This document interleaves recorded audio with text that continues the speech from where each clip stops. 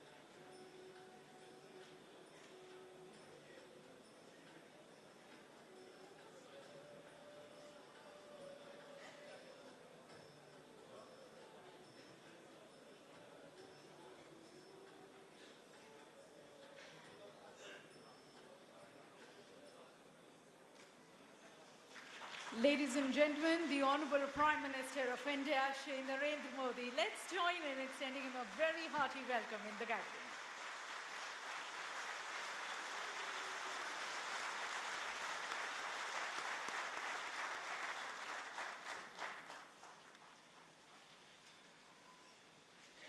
Honorable Prime Minister, sir, and other distinguished dignitaries on the dais and off the dais, our esteemed guests, special invitees, and all the eminent delegates and participants, ladies and gentlemen. A pleasure to be welcoming all of you in the inaugural ceremony of PETROTECH 2016, the flagship event of the Indian hydrocarbon sector, the 12th International Biennial Oil and Gas Conference and Exhibition, which is being organized under the aegis of Ministry of Petroleum and Natural Gas, Government of India, by the Indian Oil Corporation Limited and the PETROTECH Society.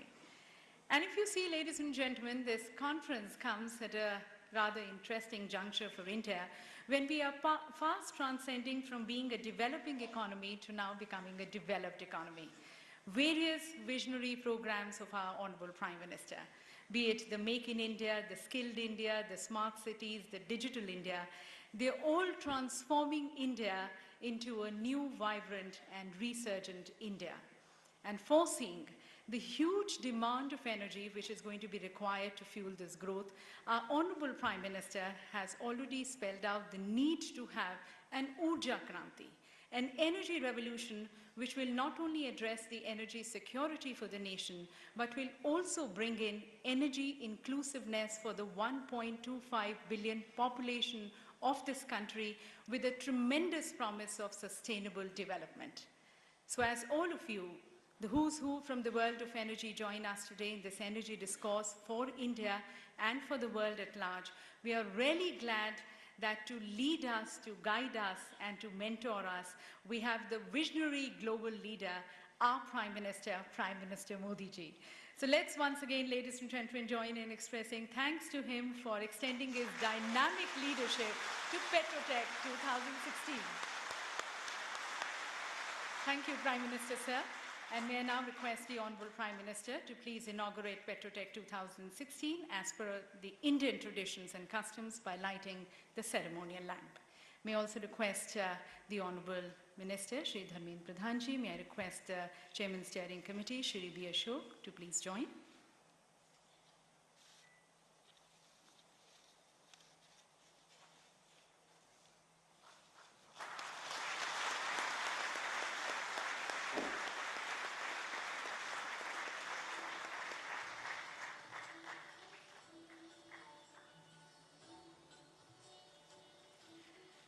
So the auspicious inauguration of PETROTECH 2016, thanking the Honorable Prime Minister. Ladies and gentlemen, we would like to highlight here that in line with the Honorable Prime Minister's vision of Digital India, this time PETROTECH has gone digital. Yes, ladies and gentlemen, it is a completely paperless event. It is a carbon neutral event, and there have been 10,000 saplings which have been planted towards it. Any information which you are seeking towards the conference, exhibition, the speakers, the program is all there on an app, and which you can access through a tablet which has been presented to you in your registration kits. And we would now like to present this tablet with the downloaded app to the Honorable Prime Minister. I would like to request the Honorable Minister, the Patron-in-Chief for PETROTECH 2016, Shri Narendra Pradhanji, to kindly present this tablet to the Honorable Prime Minister.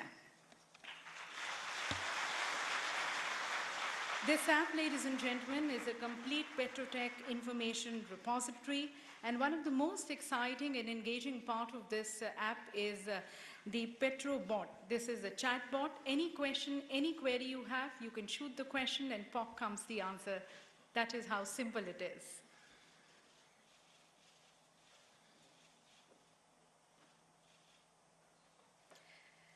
Thank you to the Honorable Prime Minister. Ladies and gentlemen, we all know that India today is the third largest consumer of energy, and the demand for energy is going to be ever increasing.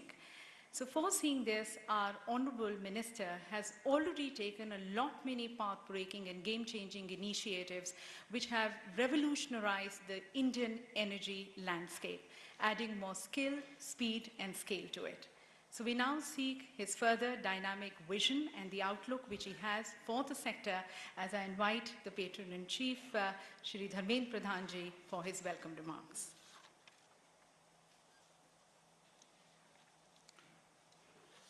Honorable Prime Minister Shri Narendra Modi ji, Chairman of Indian Oil and Petrotech Steering Committee Shri V. Ashok, Minister for Oil and Gas from various countries, ambassadors, high commissioners, CEO and experts in the field of oil and gas, distinguished guests, friends from media, ladies and gentlemen, good morning to all. We are indeed honored to have such a distinguished participation in PETROTECH 2016. It is equally a great honor that Honorable Prime Minister has spared his valuable time to inaugurate this flagship oil and gas event of India. Honorable Prime Minister always shows his keen interest on issues of energy justice and climate change. He has been a guiding force in evolution of a new energy policy which promise for green, reliable and affordable energy for all. He has also called for a saffron revolution, which means energy revolution in India. This edition of PETROTECH is the largest ever in terms of participation of above 6,500 delegates, including 20 ministers level representatives, head of international oil organizations, CEOs and experts. I welcome the ministers from Afghanistan, Bangladesh, Bhutan, Brazil, Cyprus, Chad, Colombia, Cameroon, Qatar, Iraq, Mauritius, Nepal, Nigeria, Sri Lanka, Sudan, South Sudan, Uganda, along with the Secretary General of OPEC, Secretary General of International Energy Forum, and President of International Gas Union. The PETROTECH exhibition running concurrently has nearly 700 exhibitors from over 50 countries showcasing the latest technology offerings from leading Indian and foreign companies. In today's world, disruption has become a part of life. Thus, it has become imperative that we take time to reflect on the theme of this conference, hydrocarbons to fuel the future, choice and challenges. The conference goes beyond oil and gas and covers the overall landscape of energy sector. We have conceived PETROTECH as a platform where policymakers, experts, CEOs, regulators, and academics can exchange knowledge, expertise, and experience. We live in a globalized world. Therefore, synergy in our efforts is very crucial. Friends, last week, the OPEC countries pledged to reduce their production by 1.2 million barrels a day. Non-OPEC countries also agreed a production cut to tune of 0.6 million barrels per day. The proposed cut caused a surge in oil price to above $50 a barrel, and speculation is rife that it might go up even further. It is a coincidence that we are meeting immediately after OPEC decision in India, which is a major oil-consuming economy. I want to submit before this August gathering that for the sustainability of the oil markets, we must strike a balance of interest between producers and consumers. In June last year, in an OPEC event, I had submitted the viewpoint of India. Consumption of petroleum products is price sensitive as there is a genuine issue of affordability for a sizable population in India and other developing countries. Hence, while deciding the pricing aspect of crude oil, it should be factored in that the security of supply must in tune be matched by security of demand. I take the example of India. We are already the third largest energy consumer in the world behind the US and China. At 4.3 million barrels per day, although we have a less than 5% share in the world consumption, but our annual consumption growth is far more significant. At 300,000 barrels per day growth, our contribution was about 30% of global growth in demand last year.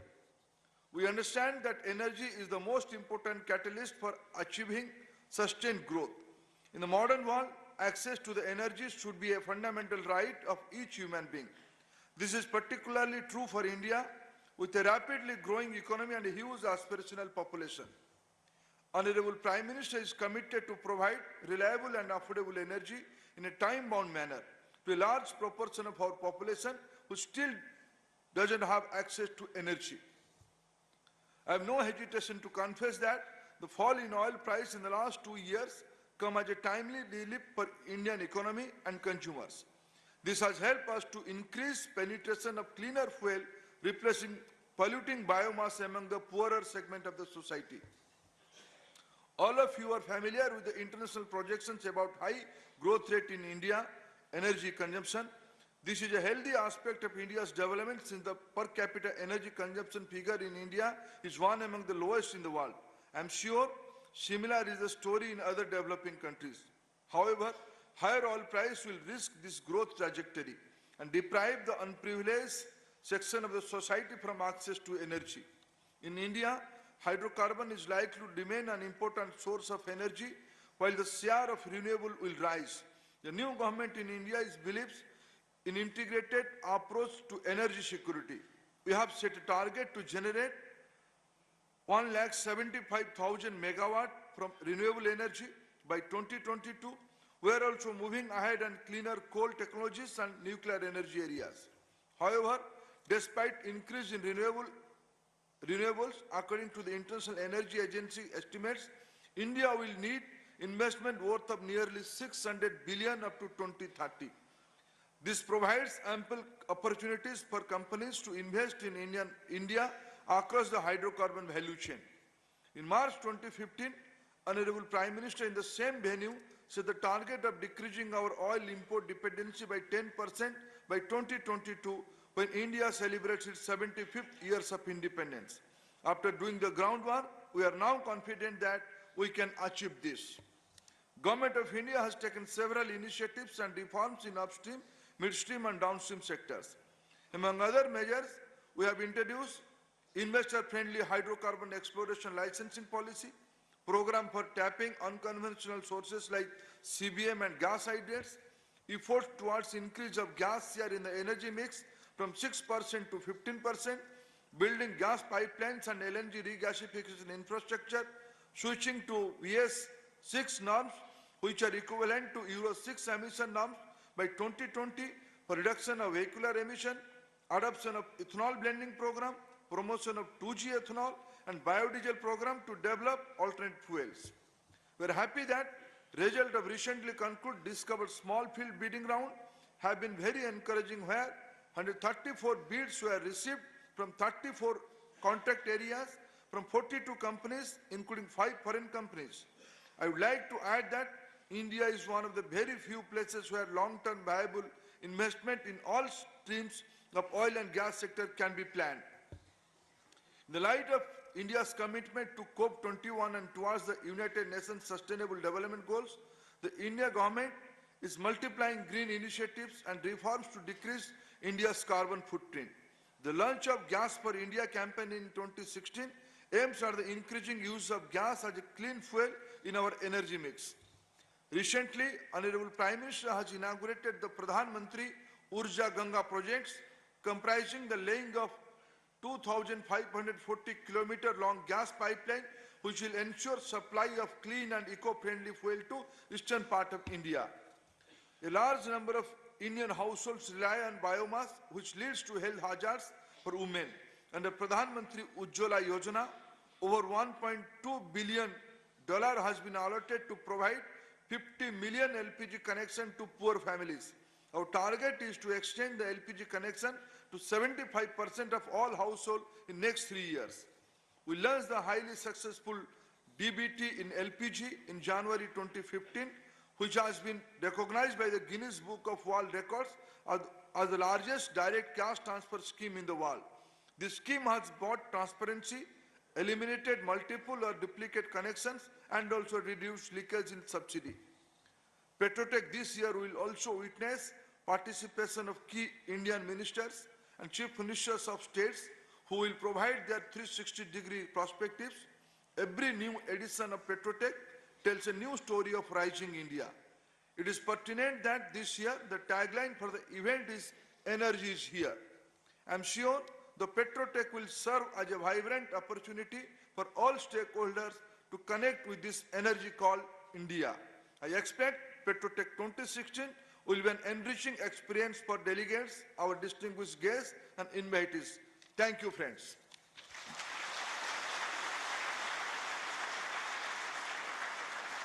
Thank you, sir, for sharing with us the vision and the outlook which you have towards making energy available to all, accessible to all, and for a more sustainable growth of the sector.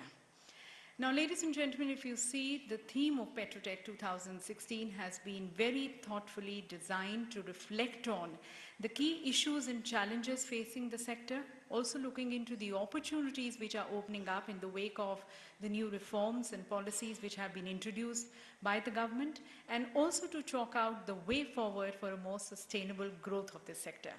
We bring you more key insights into it through the conference theme film. Can we have the film, please? India is at the nucleus of the global hydrocarbon industry, and it's on a rise at an exponential rate.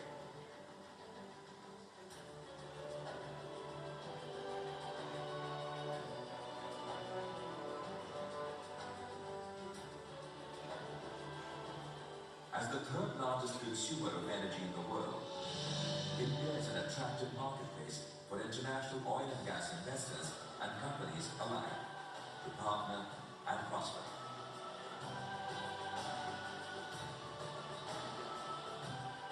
Despite being a net importer of crude oil, India has emerged as a net exporter of petroleum products through its world-class refineries designed for export, particularly in Gujarat on the west coast. Backed by new oil discoveries, the domestic oil output is anticipated to grow to 1 million barrels per day in financial year 2016. Programs like Make in India, Digital India, Skill India, Smart Cities, Startup India, LPG Direct Benefit Transfer, and many more are all being undertaken in mission mode to create a holistic and resurgent India.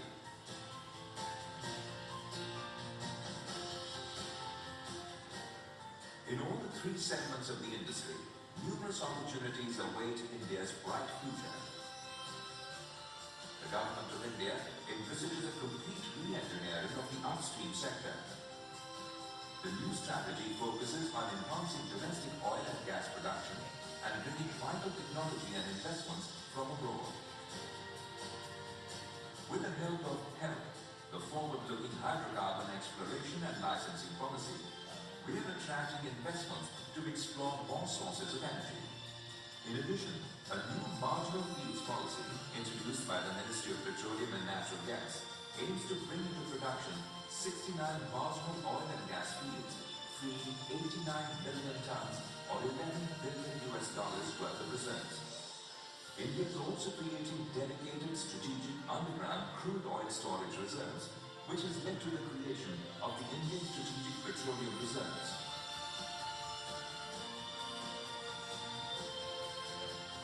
With India's oil demand projected to grow manifold, major capacity expansions and new greenfield refineries are on the anvil.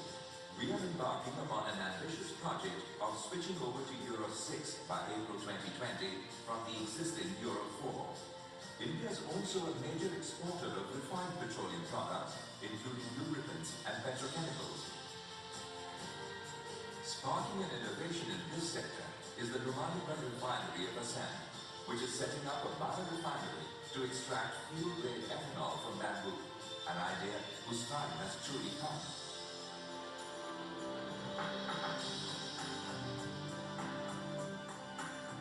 India's cross-country network of pipelines, rightly termed the lifeline of the nation, crisscrosses the Indian terrain, transporting crude oil, petroleum products and gas.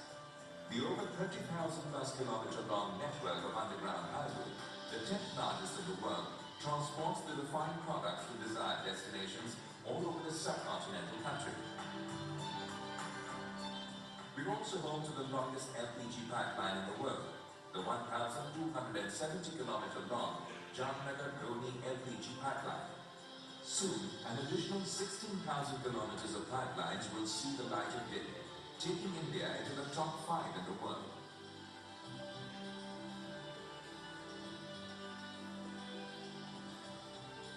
With the increasing demand for natural gas in industries and households, gas distribution networks have been laid in a number of cities in the shortest time possible. India already has a natural gas pipelines network of over 16,200 kilometers. And in about 5 years, the network of trunk gas pipelines is expected to span over 30,000 kilometers. India is also one of the largest markets in the world for LPG consumption. LPG, as cooking gas, is being aggressively promoted in the rural countryside of India. Expansion in the bottling capacity and new LPG import terminals, as well as bulk LPG transportation, will witness more investment opportunities. With rapid urbanization, the fuel stations network is bound to witness a huge boom.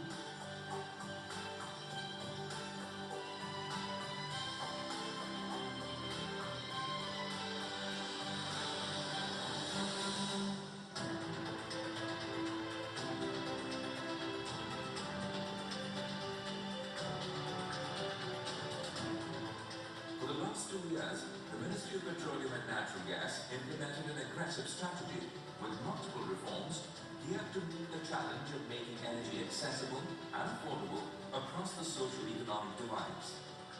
The Indian hydrocarbon sector is spreading its radiance beyond boundaries. Thanks to time-tested partnerships, getting a new energy bridge with the acquisition of 49.9% stake by Indian companies in Russia's Bangkok, ensuring India's share of 3.2 million metric tons of oil, and 18 of various global energy partnerships. And we look for futuristic fortunes, innovative and adaptable latest technological advances to ensure time-bound and cost-effective solutions. The combined share of oil and gas in India's energy basket is expected to rise to 32% by the year 2040. India is poised to contribute to global growth. India presents a large and growing market, but India is much more than a market. India is a reliable partner, a source of high-quality scientific, engineering, and managerial talent. India is a land of 1 billion opportunities. The Indian oil and gas industry is a robust, responsible, and responsive framework of emerging opportunities and challenges. With fast-forward pace in the hydrocarbon sector, India stands committed to create a brighter tomorrow for its 1.25 billion people. To bring hope, to nurture life, to fuel the future. Energy is here. Welcome to PETROTECH 2016. So, ladies and gentlemen, the land of billion opportunities, and we are sure with all of you building bonds of equal partnerships, we are able to develop a more sustainable energy roadmap for the world with a focus on India.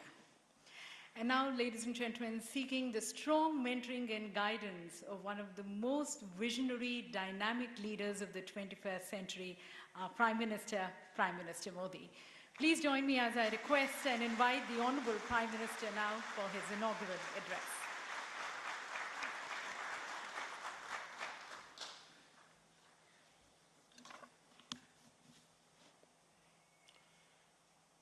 My colleague, Sri Dharmendra Pradhan ji, Oil and Gas Minister from overseas, CEOs and experts from the hydrocarbon sector, distinguished guests, ladies and gentlemen. Energy is a key driver of economic growth. Sustainable, stable, and reasonably priced energy is essential for the fruits of economic development to reach the bottom of the pyramid. Hydrocarbons will remain the most important source of energy for many years to come. Therefore, the theme of the conference, Hydrocarbons to Fuel the Future,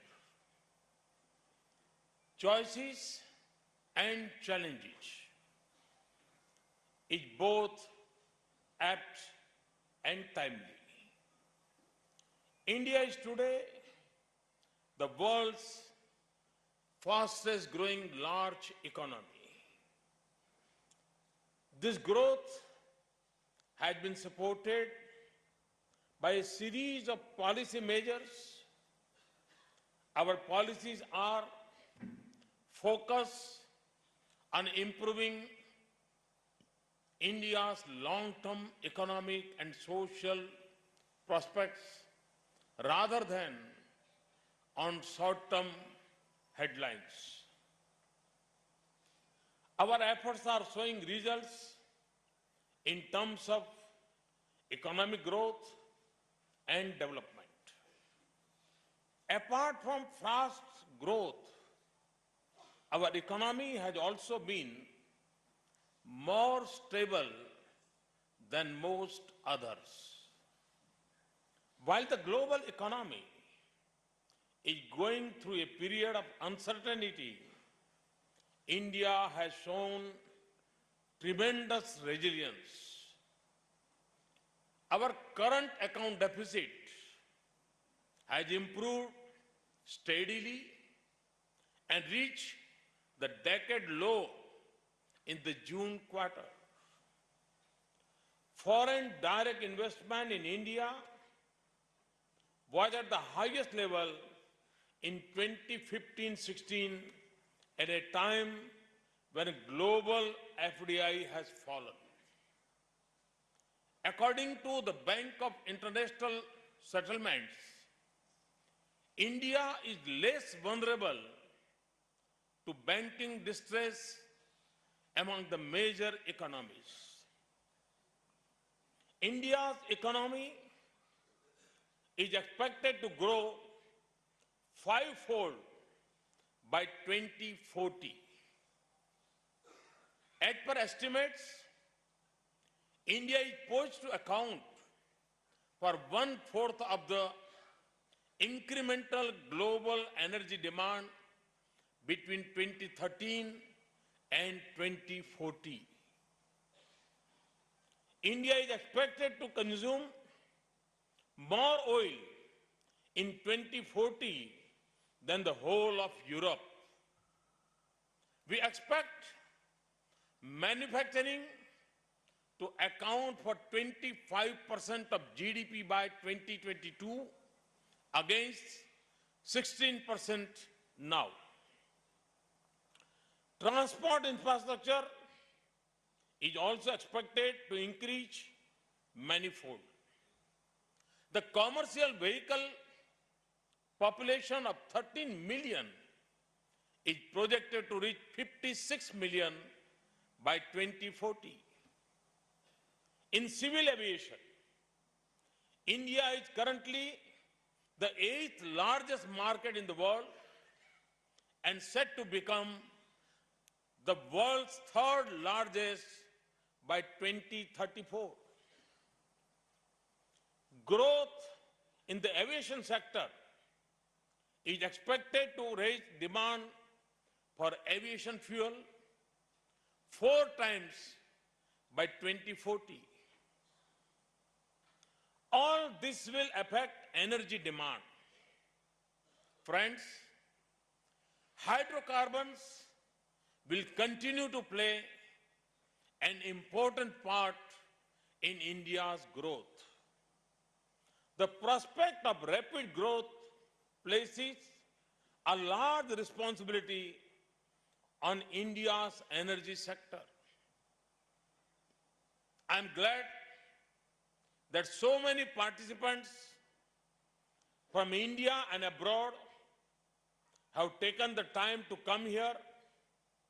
I'm sure all of us will benefit from the experience and expertise of each other. I take this opportunity to share with you some of my thoughts on the expectations from the hydrocarbon sector and our endeavor to achieve energy security. Energy in general and hydrocarbons in particular are an important part of my vision for India's future. India needs energy which is accessible to the poor. It needs efficiency in energy use. As a responsible global citizen, India is committed to combating climate change, curbing emissions, and ensuring a sustainable future. Given global uncertainties, India also needs energy security. Therefore, my vision for India's energy future has 4 pillars: energy access, energy efficiency, energy sustainability, energy security. Let me start with energy access. While some of India's rich are buying hybrid cars, many of India's poor are still buying firewood for cooking. Use of firewood and other biomass for cooking is a health hazard for rural poor women. It also reduces their productivity. We have launched the Ujjwala program to provide 50 million families with access to cooking gas. In one stroke, this program improves health, increases productivity, and reduces harmful emissions. The government bears the one-time cost of the connection, but the consumer pays the full price for the gas. This program has already provided nearly 10 million new connections in just 7 months. The government also aims to extend piped natural gas to 10 million houses over the next 5 years. We are committed to expanding the national gas grid network from its current length of 15,000 kilometers pipeline to 30,000 kilometers.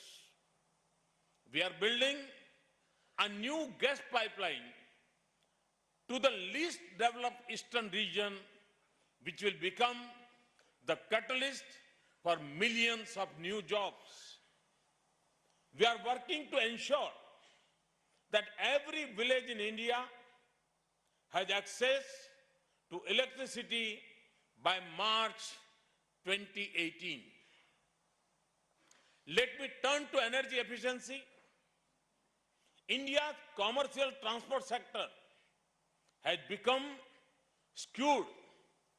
An increasing proportion of goods is transported by road. To increase energy efficiency, my government has given the highest ever priority to the railways. We have stepped up public capital investment in railways by more than 100% between 2014-15 and 2016-17. We are completing dedicated freight corridors. We are constructing a high-speed rail corridor between Mumbai and Ahmedabad, which will be more energy efficient than air travel.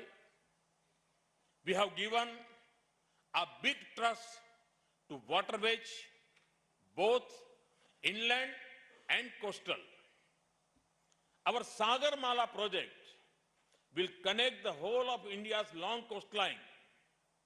We have also opened up new inland shipping routes on large rivers. These steps will improve energy efficiency. The long-awaited legislation on a national goods and service tax has been passed.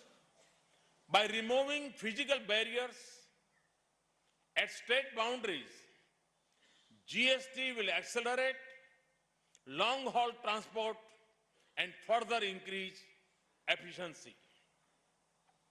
Oil ministers from developing countries know the sensitivity of energy pricing. Despite this, we have decontrolled petrol and diesel prices. Cooking gas price is also determined by the market.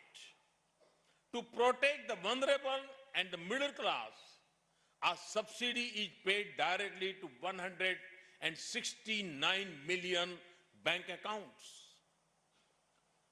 This has eliminated leakages and misuse of cooking gas subsidies, resulting in large fiscal saving.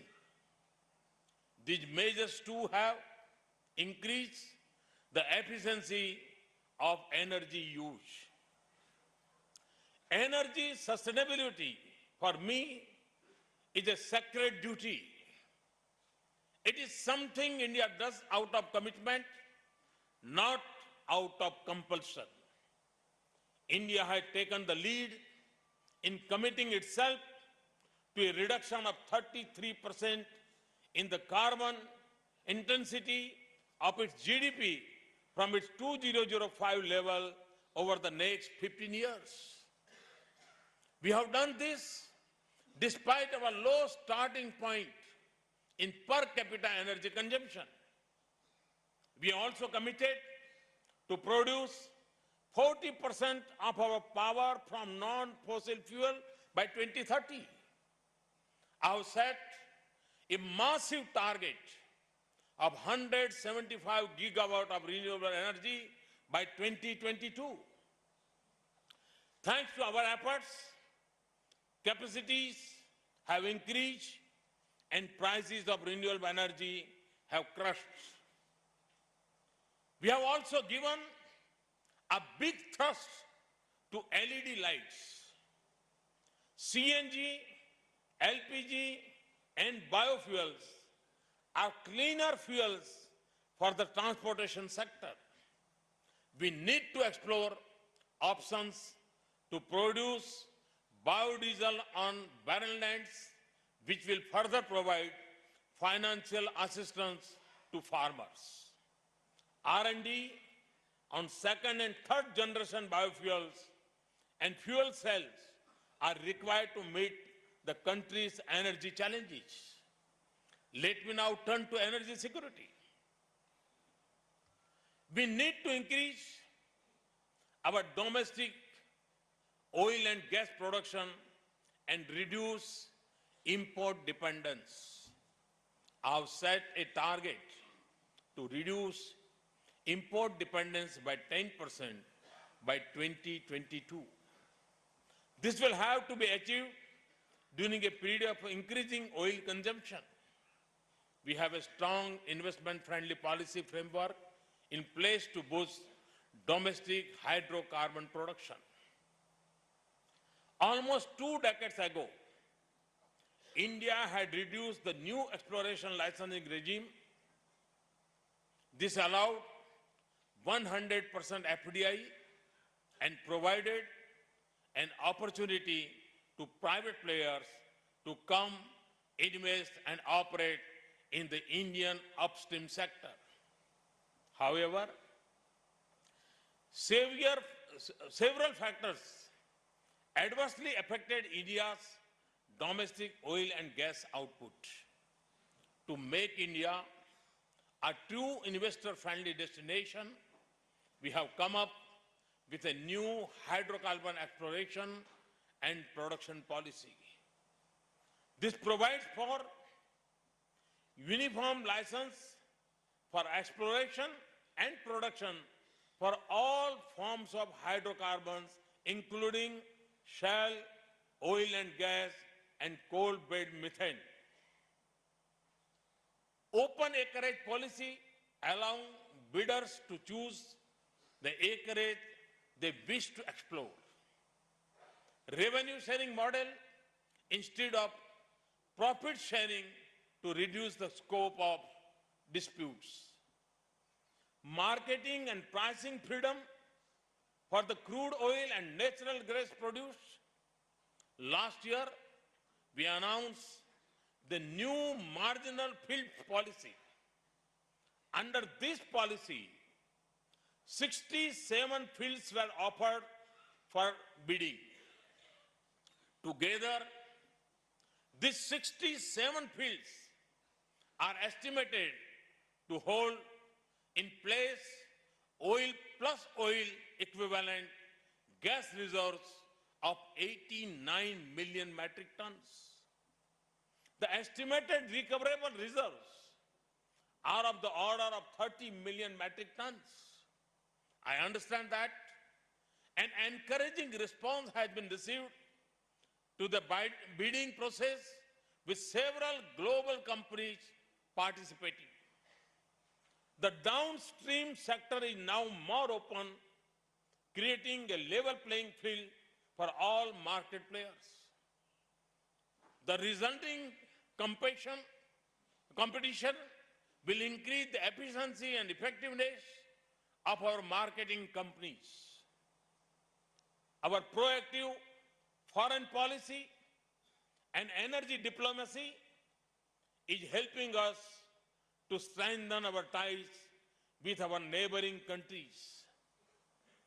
I hope that our oil and gas sector companies will take the opportunity to tie up with their foreign counterparts to explore for more equity oil.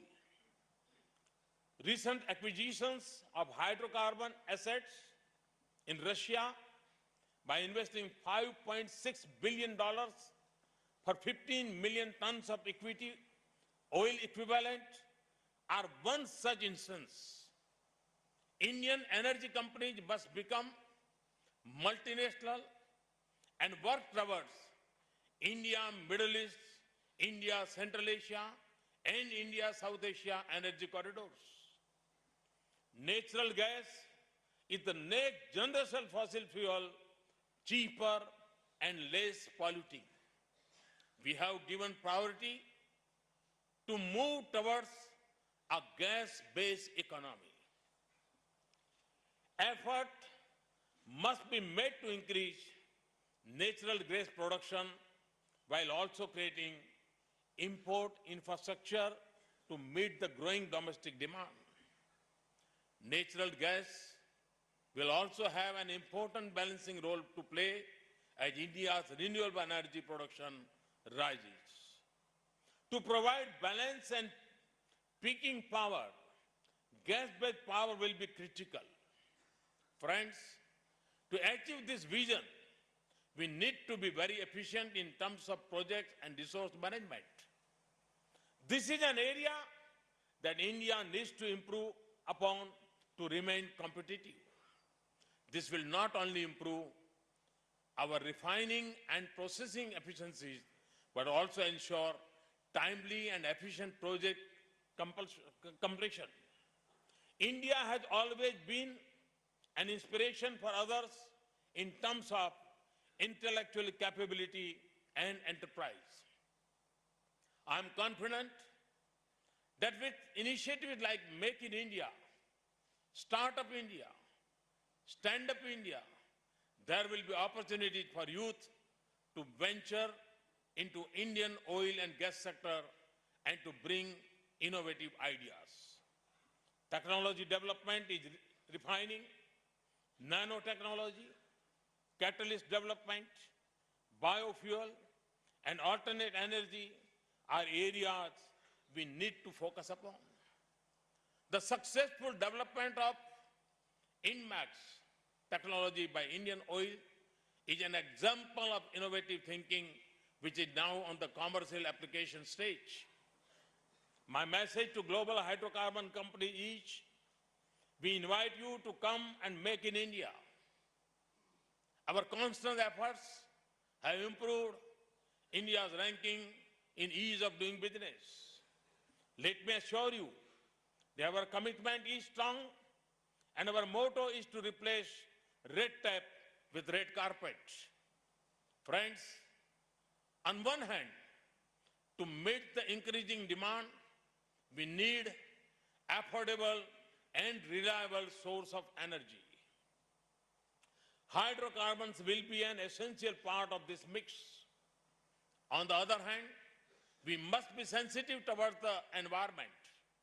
I'm sure this August gathering will come up with innovative ideas in which hydrocarbons will continue to fuel the future in a more efficient and sustainable way. I assure you of full possible support from the government. I thank you for being here and becoming a part of the transformation of the energy sector in India. Thank you. Thank you very much. Thank you so very much to the Honorable Prime Minister. Thank you, Prime Minister, for sharing your thoughts and considerations which we have towards making energy available to all, your strategic and meticulous planning and approach towards ensuring energy efficiency, your very determined commitment towards environment and energy sustainability, and your approach and guidance to the industry for ensuring energy security and collaborations and partnerships with the other countries. Thank you very much, sir, for your guidance and your encouraging message. Thank you, Prime Minister, sir. And ladies and gentlemen, as we now conclude this inaugural session, I would like to request the Chairman Steering Committee, the Chairman of the Indian Oil Corporation Limited, Shri B. Ashok, to kindly propose a vote of thanks.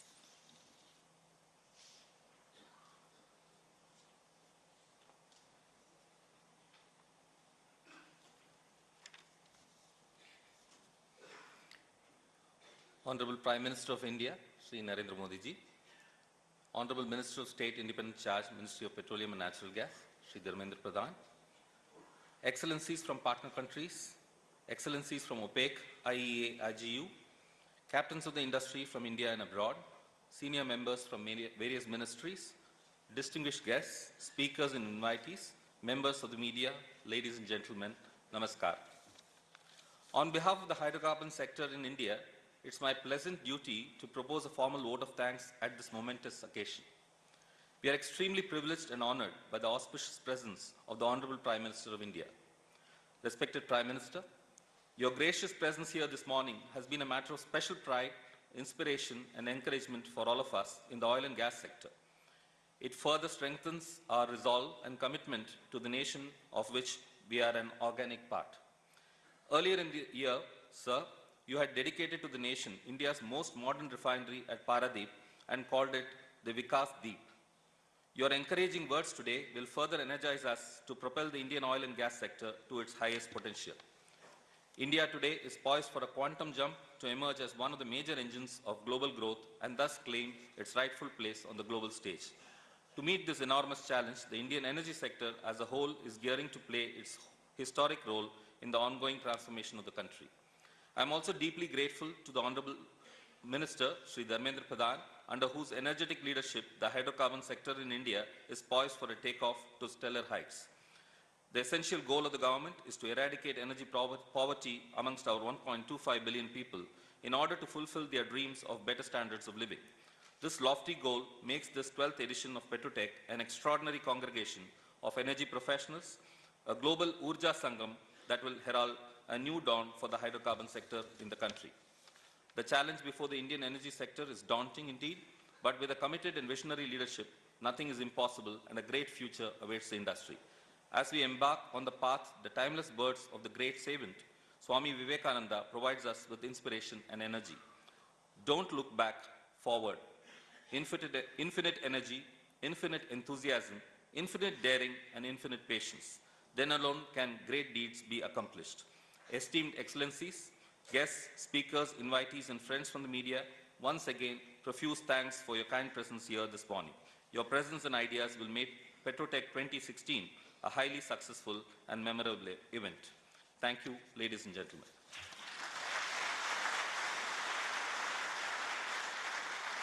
Thank you, sir. And once again, thanking the Honorable Prime Minister for guiding this Urja Sangam. Many thanks to the Honorable Prime Minister.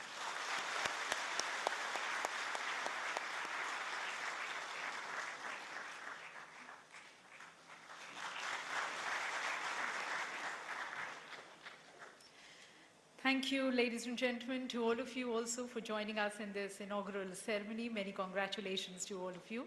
And